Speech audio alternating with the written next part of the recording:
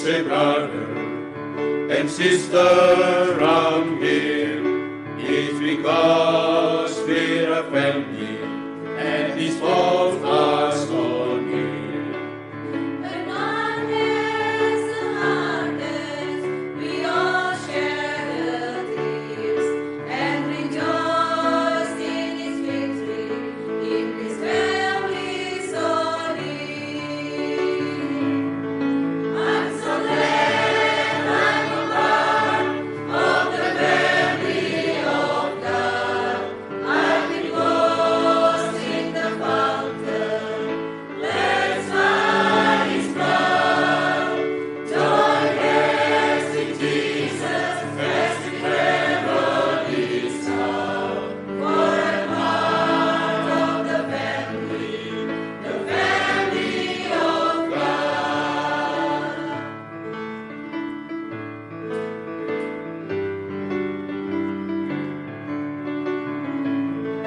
Ku senang berada dalam keluarga Allah. Aku telah disucikan oleh darahnya. Bersama Yesus dalam perjalanan. Karena ku kayu sakit dalam keluarga Hai saudara dan saudari yang berada sekarang, kita semua berada dalam keluarga Allah.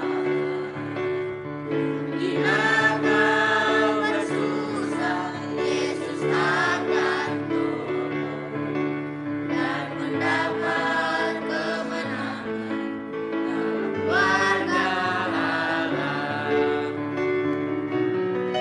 I'm so glad I'm a part of the family of God. I've been washed in the fountain, cleansed by His blood. Join hands with Jesus as we travel this road. For I'm part of the family of God. For I'm part of the family of God.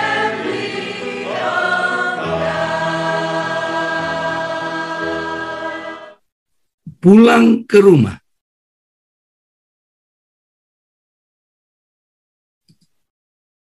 Kepada siapa yang menang? Jadi saya tambahkan judul ini, barang siapa menang, kita akan pulang ke rumah yang disediakan oleh Yesus Kristus bagi kita semua. Nah, mengapa jika seseorang kehilangan nyawanya? Karena Yesus, dia akan memperoleh nyawanya kembali. Kenapa? Ini jawabannya. Karena Yesus adalah sumber kehidupan. Yesus sumber kehidupan, pemberi kehidupan.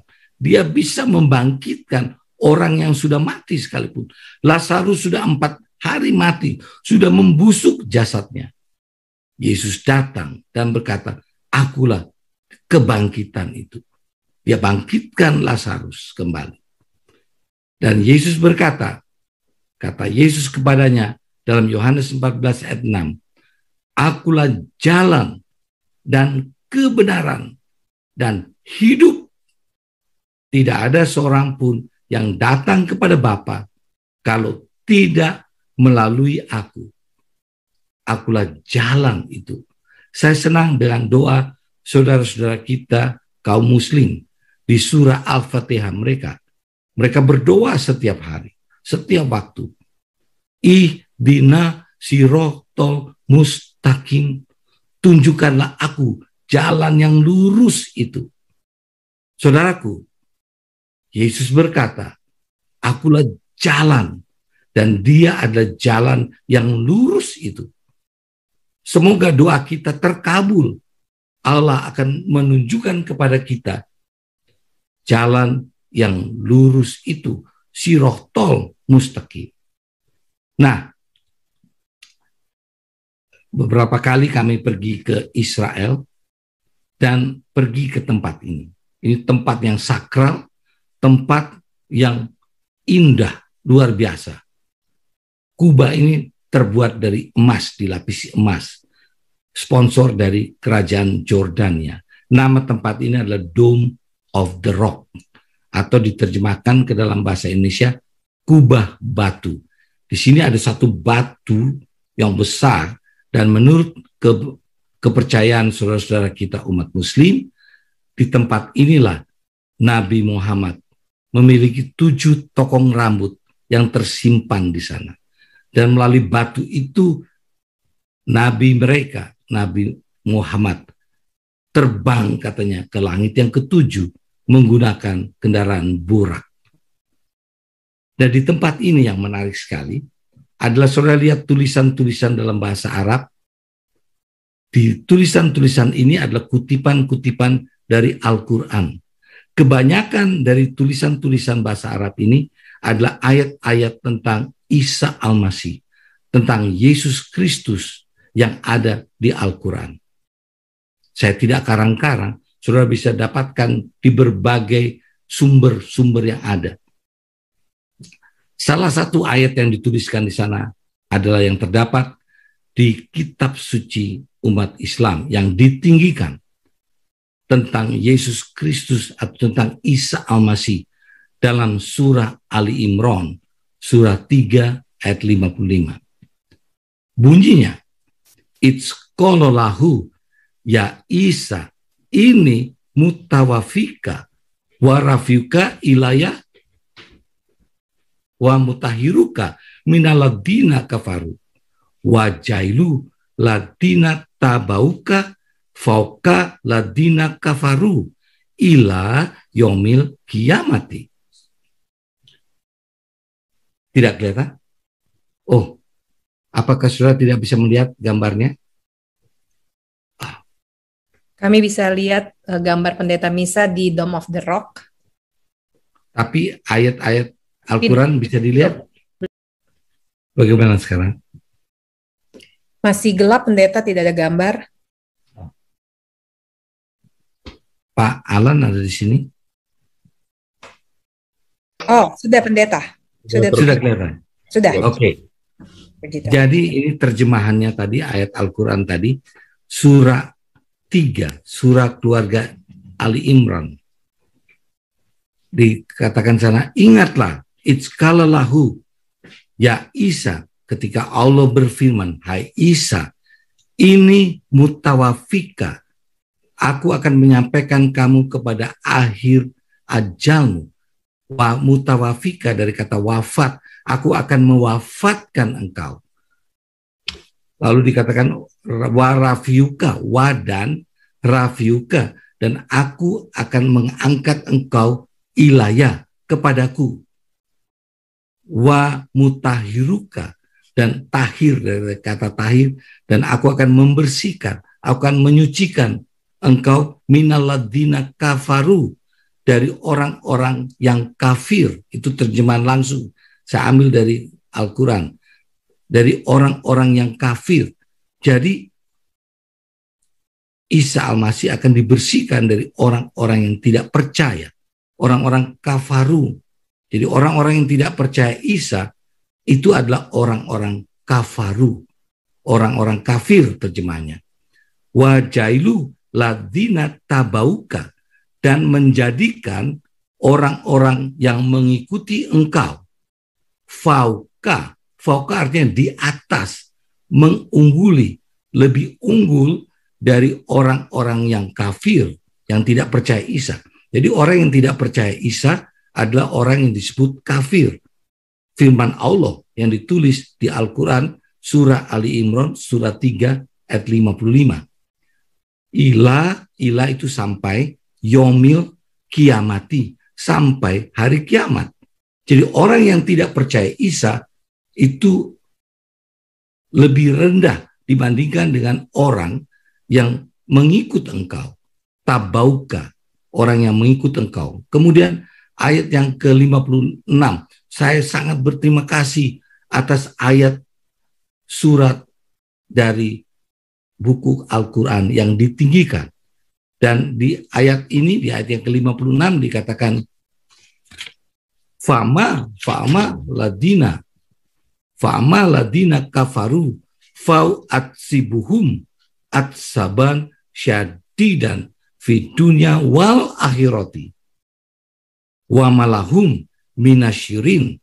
Dikatakan, adapun orang-orang yang kafir, yang tidak percaya Isa. Jadi orang-orang yang tidak percaya Isa adalah orang-orang yang kafir. Kafaru. Fau atsibuhum, kata Allah. Aku akan siksakan mereka. Fau atsibuhum atsaban syadidan. Saudara kenal kata atsab, derita, siksa. Jadi aku akan siksa mereka dengan siksaan yang sangat kerasnya. Bahasa Sunda lebih jelas. Anu pohara. Siksaan yang amat kerasnya. Di mana? Di dunia, wal akhirati. Di dunia dan di akhirat. Jadi orang yang tidak percaya Isa akan disiksa dengan siksaan yang amat kerasnya oleh Allah di dunia dan di akhirat. Dan yang terakhir disebutkan wa malahum minasyirin. Dan orang-orang yang disiksa itu, yang disiksa dengan amat kerasnya itu oleh Allah karena tidak percaya akan Isa, tidak punya penolong lagi. Siapa yang akan menolong mereka? Juru selamat diejek, ditolak, dihinakan. Wah, ayat ini dahsyat, luar biasa. Ketika saya baca ini, saya bersyukur kepada Allah oleh karena Ia berikan kepada kita lewat kitab suci, saudara-saudara kita umat muslim. Isa amat ditinggikan di dalam Al-Quran. Nah, Yesus inilah jalan dan kebenaran dan hidup. Jadi kalau kita sampai dianiaya karena ikut Yesus, kita ditolak, dikucilkan oleh keluarga, oleh masyarakat, jangan khawatir saudara. Yesus akan menolong kita. Bahkan kalau kita kehilangan nyawa, karena dialah sumber hidup. Dialah jalan, kebenaran, dan hidup. Dia akan memberikan kepada kita hidup itu. Bukan hanya hidup sementara, hidup yang kekal. Puji Tuhan, puji Tuhan. Apakah saudara tidak puji Tuhan? Karena hal ini terjadi untuk kita semua sebagai jaminan ikut Yesus Kristus, ada pahala hidup yang kekal. Kalau saudara mengikut Yesus, apa yang akan saudara peroleh? Masih ingat kita pelajari ada 4 konsekuensi akibat dosa yang dibuat Adam dan Hawa? Konsekuensi-konsekuensi itu akan dipulihkan, di-reverse, dibalikkan. Mari kita lihat 4 konsekuensi itu. Konsekuensi tertinggi, supreme consequence. Manusia dilarang menghampiri pohon kehidupan. Tetapi kalau kita terima Yesus, Wahyu 2 ayat 7, barang siapa menang, mereka diizinkan kembali untuk menghampiri pohon kehidupan, memakan buah pohon kehidupan. Konsekuensi paling akhir, ultimate consequence, mengalami kematian kedua, kematian kekal. Wahyu 2 ayat 11 katakan, barang siapa menang, mereka tidak akan mengalami kematian yang kedua. Konsekuensi yang langsung terjadi, the immediate consequence. Manusia diusir keluar dari Taman Eden. Dan dengan berpeluh, mereka mencari makanan mereka. Tapi dipulihkan. Wahyu 2 ayat 17. Barang siapa menang, makanan tersedia. Tidak perlu mencari, dengan berpeluh mencari makanan. Mana yang tersembunyi diberikan kepada mereka. Mana? Tidak perlu bercocok tanam. Jatuh dari langit tiap hari menjadi makanan 40 tahun bagi bangsa Israel. Tuhan akan pulihkan itu nanti kepada kita. Kemudian konsekuensi yang keempat, konsekuensi yang berkesinambungan. Manusia kehilangan kuasa.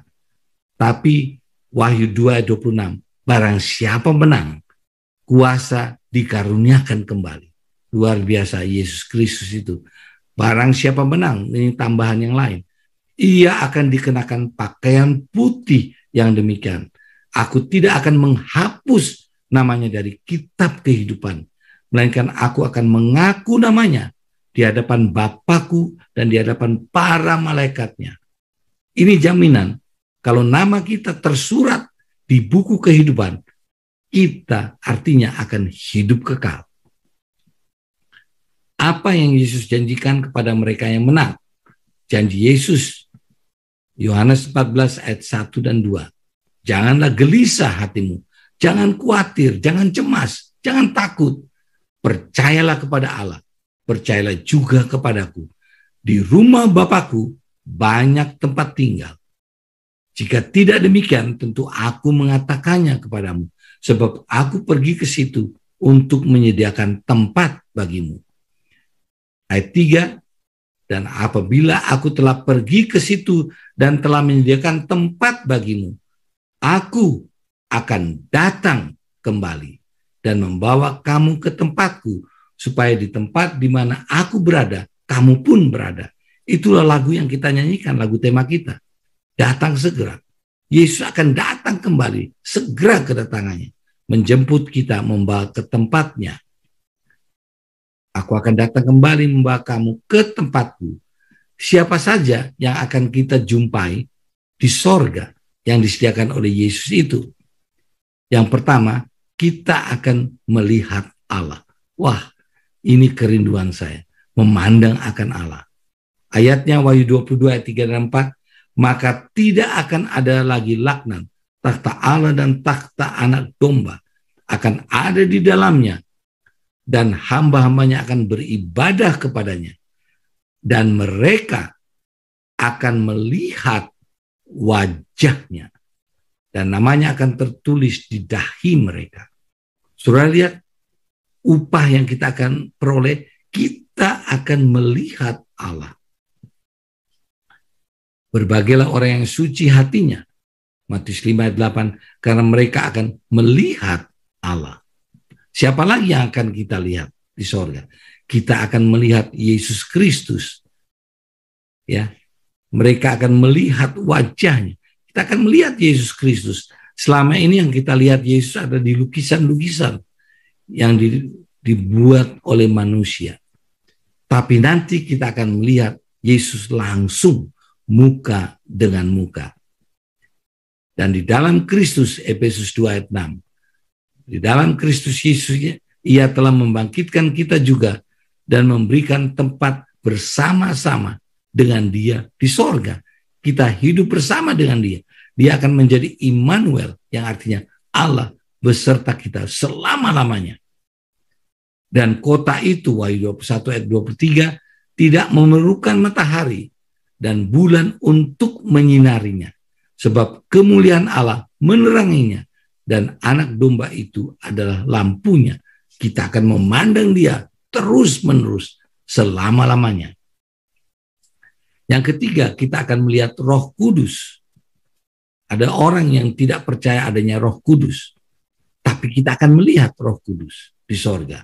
1 Petrus 1 ayat 12, Roh Kudus yang diutus dari sorga. Di sorga kita akan lihat Roh Kudus.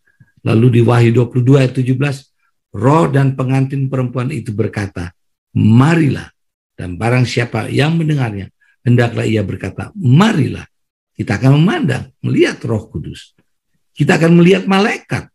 Selama ini kita tidak bisa lihat malaikat. Mata berdosa kita tidak bisa memandang malaikat. Hanya malaikat yang jahat yang seringkali mengganggu. Tapi nanti kita akan melihat malaikat yang suci. Matius 25 ayat 31. Yesus akan datang bersama semua malaikatnya. Dan kita akan melihat mereka. Kemudian di sorga nanti, Matius 18 ayat 10. Ingatlah jangan menganggap rendah seorang dari anak-anak kecil ini. Karena aku berkata kepadamu, ada malaikat mereka di sorga yang selalu memandang wajah Bapakku yang di sorga. Kita akan melihat malaikat-malaikat di sorga nanti. Lalu Yesus berkata dalam Matius 3 ayat 38, barang siapa yang malu mengaku aku, dan karena perkataanku di tengah-tengah angkatan yang tidak setia dan berdosa ini, Anak Manusia pun akan malu karena orang itu apabila dia datang kelak dalam kemuliaannya Bapaknya diiringi malaikat-malaikat kudus. Kita akan melihat malaikat. Siapa lagi yang kita akan lihat? Kita akan melihat kekasih-kekasih kita yang sudah meninggal dunia di dalam Kristus. Ada yang karena COVID atau oleh karena macam-macam alasan kenapa mereka meninggal dunia. 1 Tesalonika 4 ayat 16 dan 17. Sebab pada waktu tanda diberi, yaitu pada waktu penghulu malaikat berseru dan sangkakala Allah berbunyi, maka Tuhan sendiri akan turun dari sorga. Mereka yang mati dalam Kristus akan lebih dahulu bangkit. Ayat 17, sesudah itu kita yang hidup, yang masih tinggal, akan diangkat bersama-sama dengan mereka. Mereka ini siapa? Yang baru dibangkitkan. Dibawa ke dalam awan menyongsong Tuhan di angkasa. Demikianlah kita akan selama-lamanya bersama-sama dengan Tuhan. Nah, saudaraku, mata kita akan diobakan. Kita akan memandang kemuliaan Yesus. Lalu kita akan mendengar suaranya, berbicara, menyambut kita. Kita akan naik ke sorga. Kaki kita tidak lagi berjejak di bumi. Kita akan terangkat makin lama makin tinggi dan bertemu dengan Yesus kita yang kita cintai. Menjemput kita. Siapa saja yang kita akan jumpai di surga, mari kita jabarkan: Allah Bapa, Yesus Kristus, Roh Kudus, para malaikat, dan juga kekasih-kekasih kita yang sudah meninggal dunia. Kita akan jumpai mereka. Orang-orang yang hidup ini, saya sudah keterangkan, ini adalah orang-orang yang dibangkitkan pada waktu kedatangan Yesus yang kedua kali. Jadi dengarkan saudara, tidak ada orang mati yang langsung ke sorga atau langsung ke neraka.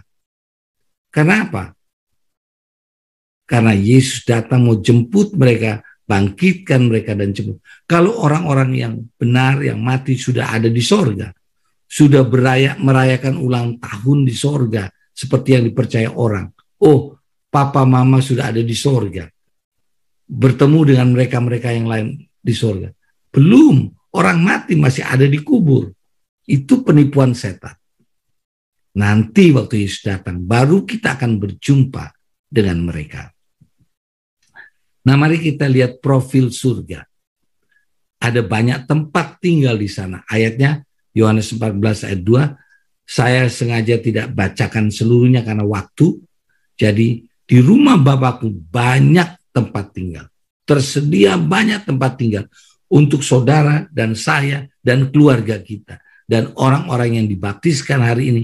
Dan untuk semua kaum keluarga sahabat kita yang percaya akan Yesus Kristus. Apa bahan bangunan dari kota yang disediakan oleh Yesus? Dengarkan, Wahyu 21. Temboknya dari permata yaspis. Kota itu sendiri dari emas tulen. Di mana ada kota di dunia ini terbuat dari emas? Kalau ada tolong kasih tahu. Pak Norman tolong kasih tahu. Supaya saya pergi ke sana, saya ingin lihat kota yang terbuat dari emas. Tidak ada. Hanya itu yang disediakan oleh Yesus yang ada di sorga, di dunia baru, di Yerusalem baru. Dasar tembok itu terdiri dari 12 jenis permata mahal, indah, berkilau-kilauan. 12 pintu gerbangnya dari 12 mutiara, luar biasa. Jalan-jalan kota itu dari emas murni, bagaikan kaca bening. Wah, bukan main. Indah tentunya. Di dunia ini kita bangun rumah pakai semen, pasir, kerikil, batu, ya. Tapi nanti di sorga, ini dia bahan-bahan bangunannya. Semua kelas 1. Akan ada penerang abadi. Kenapa? Wahyu 21 ayat 23. Allah dan anak domba yang menjadi lampunya, penerangnya. kita tidak perlu pakai matahari lagi. Matahari akan tetap bersinar, tapi tidak ada gunanya. Cahayanya dikalahkan oleh cahaya Allah dan cahaya anak domba itu. Tidak akan ada binatang buas lagi. Binatang-binatang itu masih ada, tapi tidak jadi buas. Kembali seperti Taman Eden yang mula-mula. Ya, serigala akan tinggal bersama macan tutul dengan domba. Macan tutul berbaring di samping kambing. Anak lembu dan anak singa makan rumput. Jadi binatang-binatang karnivora ini, pemakan daging, sudah jadi vegetaris, pemakan rumput. Lembu dan beruang akan sama-sama makan rumput dan anaknya akan sama-sama berbaring. Sedang singa akan makan jerami seperti lembu. Jadi semuanya menjadi indah, aman. Tidak ada binatang memangsa sesamanya. Sumber mata air kehidupan. Apa minuman kita? Airnya dari mana? Disebutkan ini, sungai ke air kehidupan, jernih bagaikan kristal, mengalir keluar dari takhta Allah dan takhta anak domba itu. Wahyu 22 ayat 1. Bagaimana dengan makanan kita? Masih masak bubur Manado atau papeda? Inilah makanan kita. Di tengah-tengah pohon jalan kota itu, yaitu di seberang menyeberang sungai itu, ada pohon-pohon kehidupan yang berbuah 12 kali tiap bulan sekali. Dan daun pohon-pohon itu dipakai untuk menyembuhkan bangsa-bangsa. Tidak ada lagi penyakit, tidak ada lagi penderitaan, kematian. Kita akan makan buah pohon kehidupan dan hidup terus selama-lamanya. Ini gambaran buah di bumi kita ini. Ada duri-duri. Di sana semua luar biasa. Membuat kita hidup kekal. Kita akan hidup kekal di sana. Dikatakan kita akan memerintah sebagai raja sampai selama-lamanya. Kita akan hidup terus dan terus hidup selama-lamanya. Wahyu 22 ayat 5. Saudara catat saja ayatnya.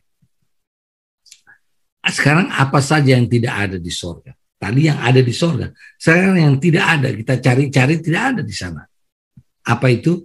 Tidak akan ada penyakit, tidak akan ada penderitaan, tidak akan ada kematian, tidak ada COVID di sana. Peti mati tidak ada. Obat-obat vaksin tidak ada semuanya.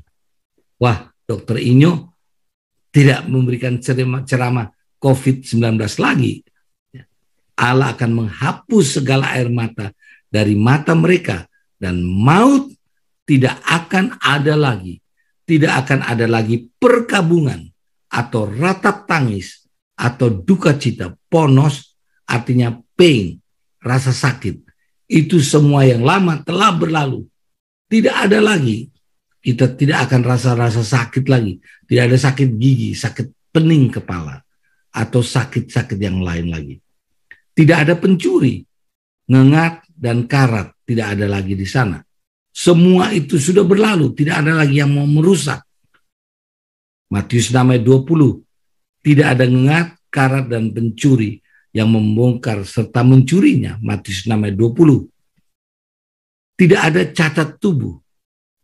Tidak akan ada lagi orang yang buta atau tuli atau lumpuh.